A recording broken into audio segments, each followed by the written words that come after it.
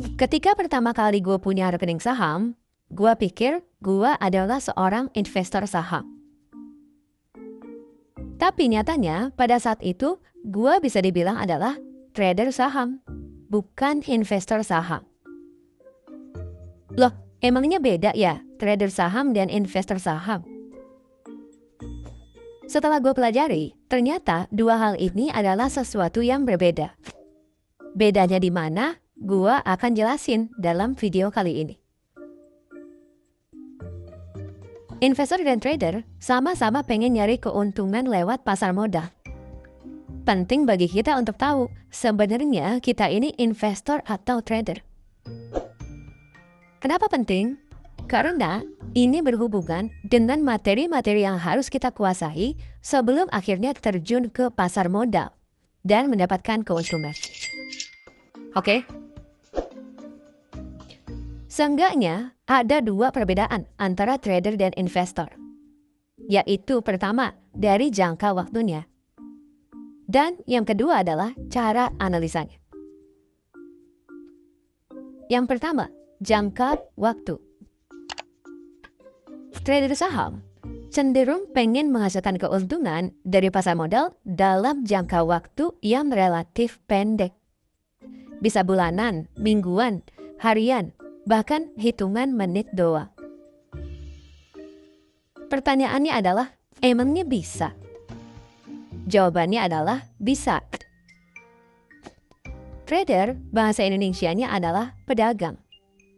Sementara dagang dalam KBBI artinya adalah pekerjaan yang berhubungan dengan menjual dan membeli barang untuk memperoleh keuntungan. Kalau trader saham berarti barangnya di sini adalah lembaran saham. Trader akan memanfaatkan fluktuasi harga saham untuk memperoleh keuntungan. Karena perusahaan yang bagus atau jelek banget sekalipun, harganya di pasar modal bisa naik dan turun dengan sangat cepat. Beli saham di harga rendah, jual di harga yang lebih tinggi. Teorinya begitu, biar bisa dapat keuntungan. Pada praktiknya, apakah seindah itu? Kita coba ambil contoh aja ya. Kita pakai contoh saham perusahaan termahal di Indonesia, yaitu Bank BCA. Kita coba lihat grafik harga Bank BCA per hari ini, yaitu 10 Maret 2022. Bank BCA adalah perusahaan yang sangat-sangat bagus. Nomor 1 di Indonesia dilihat dari kapitalisasi pasarnya. Perusahaan sebagus ini pun, dalam hitungan harian, harga sahamnya juga mengalami naik dan turun. Inilah yang dinamakan fluktuasi harga saham. Kenapa bisa naik dan turun harganya? Dalam kasus harga saham harian ini, yang menyebabkan harga naik dan turun itu cuman seberapa banyak yang mau beli dan seberapa banyak yang mau jual di hari tersebut. Kalau banyakkan yang mau beli, harganya pasti akan naik. Sebaliknya, kalau banyakkan yang mau jual, harganya akan turun. Hukum penawaran dan permintaan sederhana. Contoh nyatanya, coba lu bayangin deh, kenapa harga minyak 2 liter saat ini tuh jadi mahal, alias naik terus? Jawaban singkatnya adalah karena saat ini banyakkan yang mau beli daripada yang mau jual. Oke? Lu bisa lihat sendiri nih, di saat jam 9.20, harga saham BCA diperjualbelikan dengan harga Rp7.800 per lembar. Lalu di jam 9.25, harga sahamnya adalah Rp7.900 per lembar. Alias naik Rp100 dibandingkan dengan 5 menit sebelumnya. Seorang trader atau yang lebih populernya disebut sebagai scalper memanfaatkan hal ini untuk mendapatkan keuntungan secara singkat dari pasar modal. Gua coba hitungin ya. Misalnya, si trader ini beli satu lot saham BCA di harga Rp7.800 per lembar. Berarti uang yang dia keluarin adalah Rp780.000 di jam 9.20. Saat jam 9.25, waktu dia lihat harganya, wih, naik nih jadi Rp7.900 per lembar. Lalu dia melakukan penjualan. Berarti 100 lembar saham BCA yang dia punya itu dijual dengan harga Rp790.000. Nah, berarti dari sini aja, si scalper ini udah dapat untung 10.000 dari selisih harga saham BCA dalam jangka waktu 5 menit. Apakah 10.000 sedikit? Ya, dikit. Itu kalau dia belinya hanya 1 lot. Kalau belinya 100 lot alias 10.000 lembar, berarti dalam 5 menit, dia bisa dapat untung 1 juta rupiah. Lumayan kan? Ya walaupun menggunakan modal yang pastinya lebih besar. Ada juga sebutannya day trader atau pedagang harian. Dia misalnya beli di jam 9.20 di harga 7.800 per lembar, lalu dijual kurang lebih 6 jam kemudian di harga 7.925 per lembar. Lumayan, akan dapat untung 12.500 rupiah kalau dia belinya 1 lot. Kalau 100 lot, 1,25 juta. Oke. Jenis trader lainnya ada yang namanya swing trader, yang mana jangka waktu memegang sahamnya itu lebih panjang, sekitar mingguan, bulanan, bahkan hingga tahunan. Kira-kira itu adalah konsep dari trader. Memanfaatkan naik turunnya harga saham dalam jangka pendek untuk memperoleh keuntungan. Idealnya adalah beli di harga yang rendah, lalu dijual dengan harga yang lebih tinggi. Jangan sampai kebalik. Oke? Sedangkan kalau investor cenderung untuk memegang saham tersebut dalam jangka waktu yang relatif lebih panjang dibandingkan dengan trader. Karena orang tersebut percaya dengan kinerja perusahaan tersebut. Singkatnya, kalau perusahaan kinerjanya bagus, nanti keuntungannya sebagian dibagikan dalam bentuk dividen, sebagian lagi dijadikan tambahan modal untuk tahun selanjutnya. Berulang-ulang kayak gitu sampai akhirnya perusahaannya makin lama makin besar. Dan setiap tahun dia mendapatkan dividen. Sehingga di kemudian hari, seandainya dia mau menjual ya, dia bisa menjual saham yang dia punya dengan harga yang lebih tinggi. Jadi ada 2 komponen nih yang dicari investor, yaitu dividen dan peningkatan harga saham per lembarnya. Sehingga dia nggak peduli tuh terhadap naik turunnya harga saham dalam jangka pendek, apalagi hanya dalam hitungan menit. Mari kita lihat lagi grafik pertumbuhan harga Bank BCA. Ini adalah grafik harga 5 tahun terakhir dari Bank BCA. Kalau dia beli 1 lot saham BCA tepat 5 tahun yang lalu, hari ini dia udah dapat keuntungan 148%. Dia beli 1 lotnya seharga 319.000, hari ini kalau dijual akan seharga 792.500. Alias dapat keuntungan 473.500 untuk 1 lotnya. Kalau 100 lot, berarti keuntungannya adalah 47,3 juta rupiah. Itu belum dihitung dengan dividennya yang dibagikan rutin setiap tahunnya selama 5 tahun terakhir. Kalau belinya sekitar 4 tahun lalu, keuntungannya adalah 69,7%.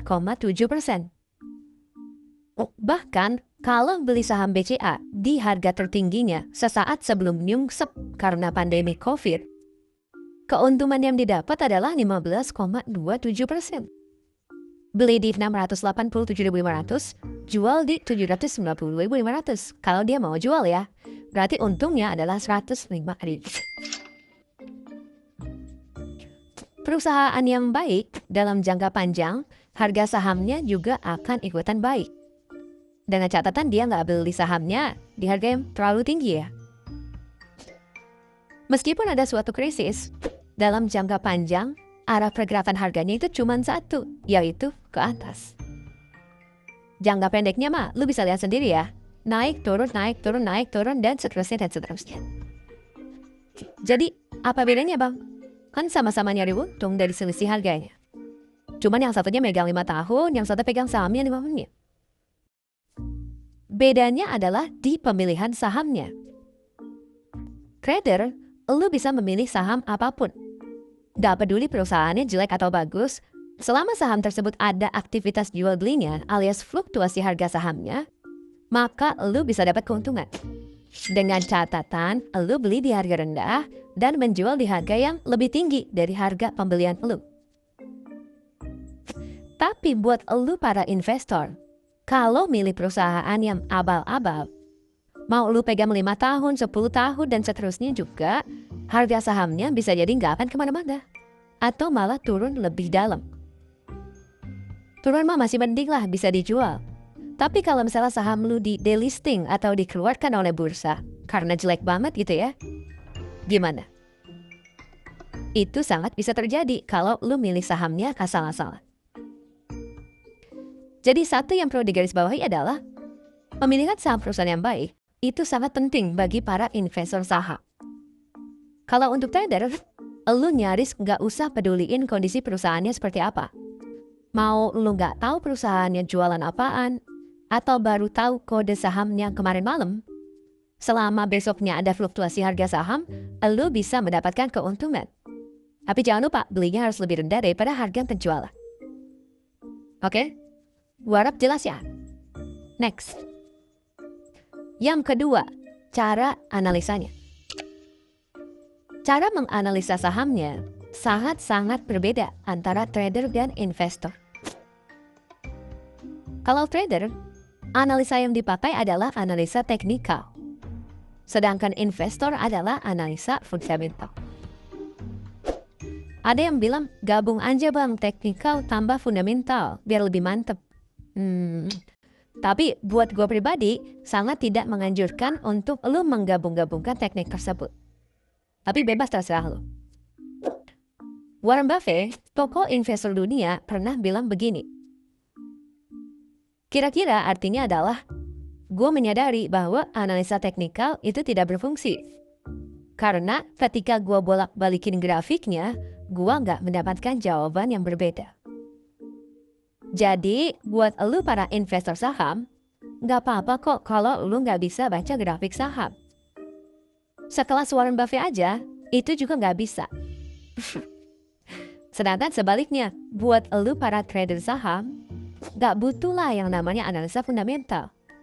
Karena buat apa cari pertumbuhan penjualan, peningkatan laba bersih, dan lain-lain gitu ya dari tahun ke tahun, kalau pada akhirnya targetnya adalah cuman cari selisih dari harga jual dan harga pembelian dari saham yang lu transaksikan. Ya enggak? Oke, balik lagi. Analisa teknikal bekerja dengan cara menganalisis pergerakan harga serta pola yang terjadi di masa lalu dan percaya bahwa pola tersebut akan terulang kembali di masa depan. Singkatnya, begitu. Pada prakteknya, banyak yang diperhatikan seperti tren saham, volume transaksi, psikologi pasar, dan lain-lain. Kalau misalnya lu pernah lihat nih, ada orang di depannya ada komputer berjejer-jejer, atau orang buka HP isinya candlestick dan chart-chart seperti ini, biasanya orang tersebut adalah trader. Karena konsep analisa teknikal adalah seperti itu, maka analisa ini umum juga nih dipakai orang untuk menganalisa selain saham, yaitu bisa cryptocurrency, forex, dan lain-lain. Jadi sangat berbeda ya dari analisa fundamental yang membahas perusahaan tersebut dari A sampai Z, di mana sumber informasinya itu bisa dari laporan keuangan, bisa dari prospektus, atau lewat paparan publik yang dilakukan oleh perusahaan itu. Jauh lebih membosankan daripada analisa teknikal. Ngomong-ngomong, semua video yang ada di dalam channel Saham dari Nol itu membahas tentang analisa fundamental. Jadi buat teman-teman yang trader saham, ada baiknya cari channel lain. Karena gue rasa banyak banget ya channel yang membahas analisa teknikal dengan sangat-sangat baik di luar sana. Oke, itu adalah dua perbedaan antara trader dan investor. Tapi tunggu dulu sebentar. Sebenarnya ada satu golongan terakhir di pasar modal, yaitu adalah gambler alias penjudi. Sebenarnya pertama kali gue nyemplung ke dunia saham, gue ternyata adalah gambler. Tanpa gue sadari itu ya. Bukan trader seperti yang gue bilang tadi di awal. Karena kalau trader itu berilmu, bisa analisa teknikal. Tapi saat itu gue gak tahu apa-apa gitu, jadi gue adalah golongan dari gambler, alias yang suka berspekulasi di pasar modal.